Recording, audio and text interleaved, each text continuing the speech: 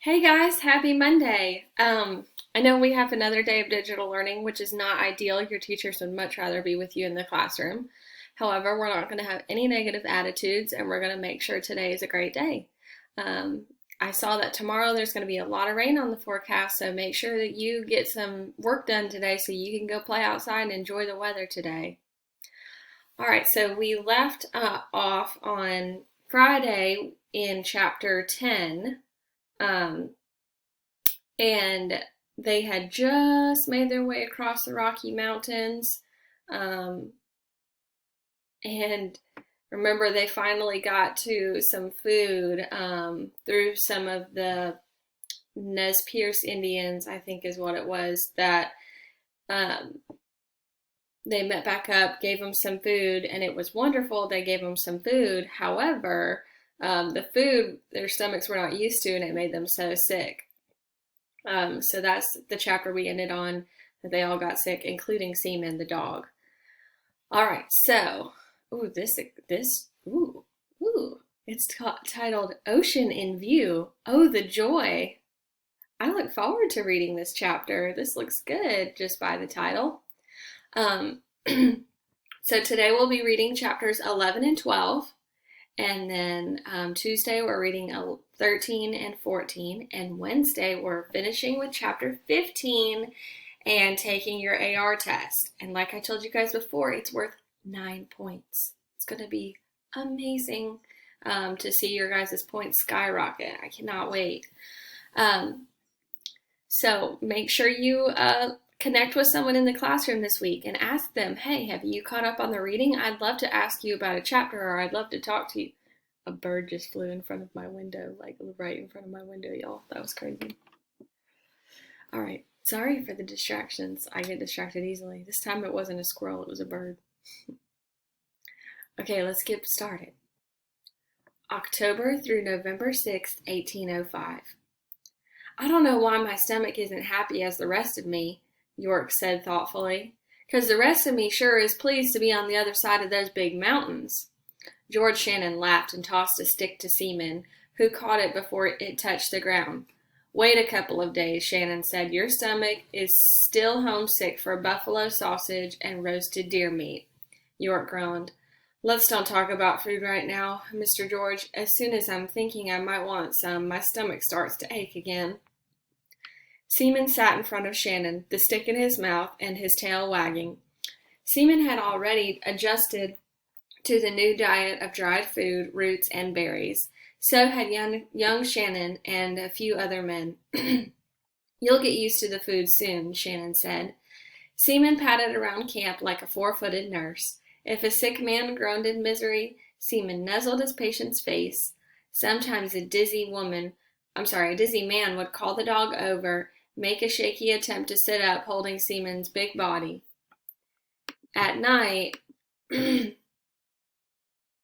Seaman settled down beside Lewis, and the sick captain snuggled up to the dog's warm fur. While recovering from their stomach troubles, the explorers camped near the Nez Perce village. The Indian squaws fed them. As soon as some of the men were healthy, the Indians pointed out the edible plants in this new country. The Nez Perce Indians could not understand the languages spoken by any of the explorers, not even the Shoshone or the Hadasta languages, Sacagawea and Old Toby. Nor could they understand the explorers' sign language, the silent hand signals used by most of the Plains Indians to communicate between tribes. So the explorers and the Nez Perce developed their own simple hand languages. The Nez Perce advised the explorers about the route to the Western Sea by drawing pictures in the dirt or in the air. Since the explorers had not carried their heavy boats across the mountains, they needed to begin marking new canoes as soon as some of the men were strong enough to work. While Lewis recuperated, Clark gathered some of the healthiest members of the corps for his task. Seaman jogged along between Seaman and Coulter as they followed Twisted Hair, the old chief of the Nez Perce village. He led them to a spot where the large ponderosa pine trees grew.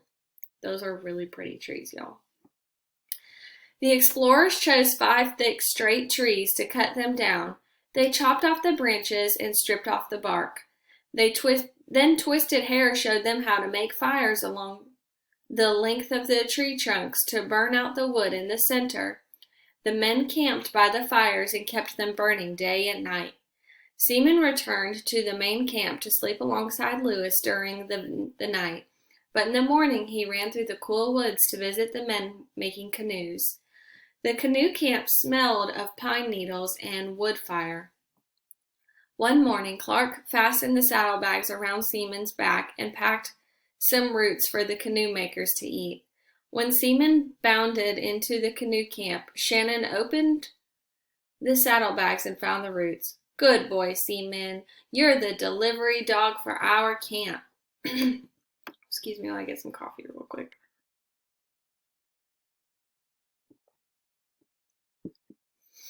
That evening, the canoe makers set a note back in Seaman's saddlebag to report that the boat making was going quickly.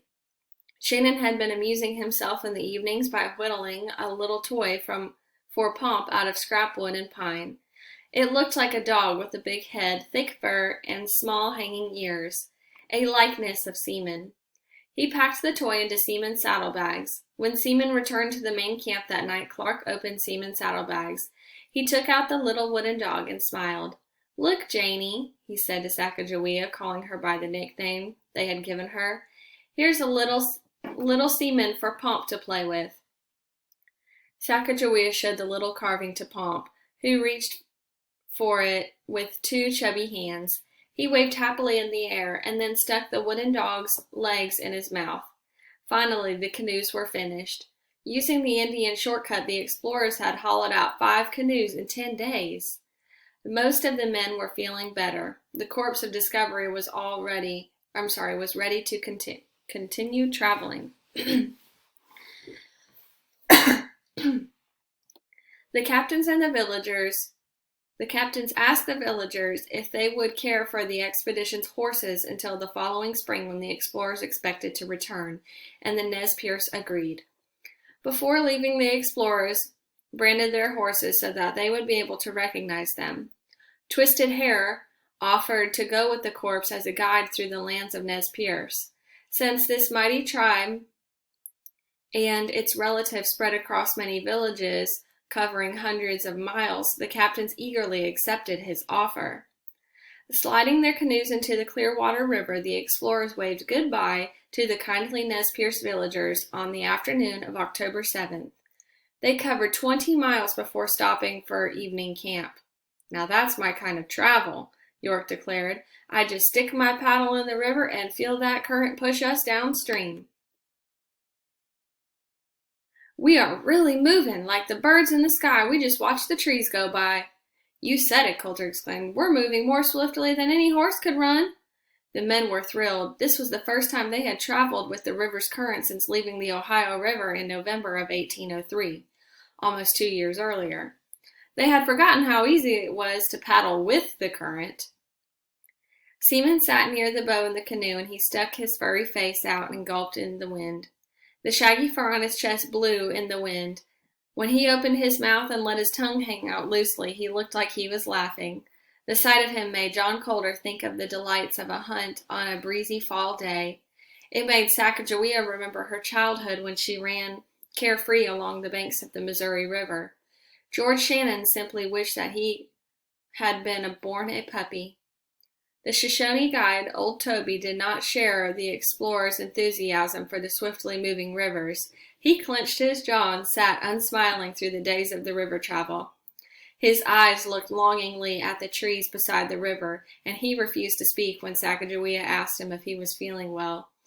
Once Seaman sat beside him and nuzzled his arm, but Old Toby clutched the side of the rocking boat and turned his face away. Then one evening, Old Toby ran off without saying goodbye or asking for his pay. The captains wanted to send a man after him to deliver his earnings and their thanks for guiding him through the Rocky Mountains, but Twisted Hair advised them to let the poor fellow go. Captain Lewis was still feeling weak and sickly. He sat beside Seaman in the canoe and leaned against the dog's arm. Warm, solid body, As Seaman sniffed the air, Lewis dozed. On October 10th, the corpse On October 10th, the corps camped near the Clearwater River flows into the Snake River. Local Indians sold the explorers dried fish and dog meat. Most of the men thought the dog meat tasted delicious because it was more tender than elk or deer meat. Captain Lewis was just regaining his appetite and he relished the meat. The only member of this group who found the dog meat distasteful was Captain Clark. Although he longed for the taste of meat, Clark just could not get used to the idea of eating dog meat. By the time the canoes reached the long stretch of rapids on October 13th, Lewis's energy had returned. "What do you think, Meriwether?" Clark asked, as he walked along the river bank to survey the rapids below. "Can the canoes make it through the white waters, or should we portage?" Lewis studied the foamy water rushing downstream. "I think we could steer around the boulders, and I don't see any big drops. Let's try it," Lewis said. "We've been making such good progress, and the men are eager to reach the sea. The portage will slow us down." Clark looked at the swift white water and hesitated. "We've got a lot to lose in these rapids, Meriwether. If we portage, all we have to lose is a little bit of time. Let me try it with 2 canoes, and if we can make it through, then you can follow with the rest." Clark was still undecided. "We won't put the non-swimmers in the lead canoes," Lewis urged, "or the journals and the most valuable baggages. And I'll take Seaman with me. If one of the canoes capsizes, he'll pull them into shore." Clark was doubtful, but he agreed to give it a try. His group, which included the non-swimmers and the Charbonneau's family, watched as the first 2 canoes slid into the rushing water. Clark paid careful attention to the route and led the canoes through the rapids, paddling around boulders and gliding over small drops. When the first group ran smoothly through the rapids, Clark's group eagerly ran for their canoes. As soon as Lewis's boats passed the rapids, they pulled into the shore to wait for Clark's group. When Clark led the 3 remaining... Oh no. Trats, y'all, I'm sorry. Hold on.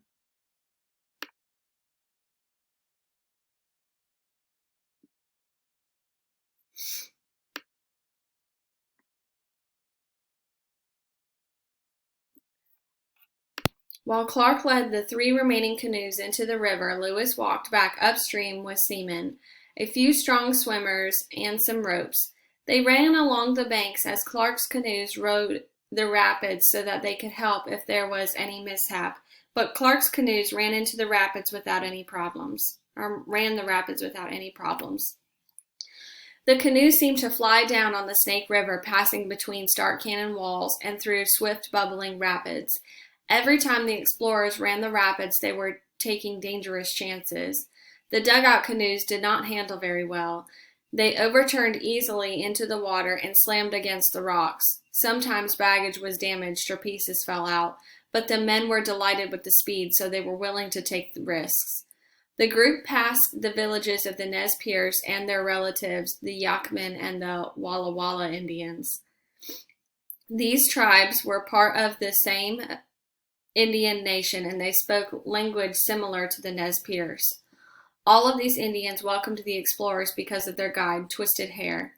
The captains held meetings with the chiefs of these villages, gave speeches, and passed out medals. Since the Corps of Discovery had passed beyond the boundaries of the Louisiana Purchase, the explorers were no longer in the territory owned by the United States. In fact, none of the white men's nations claimed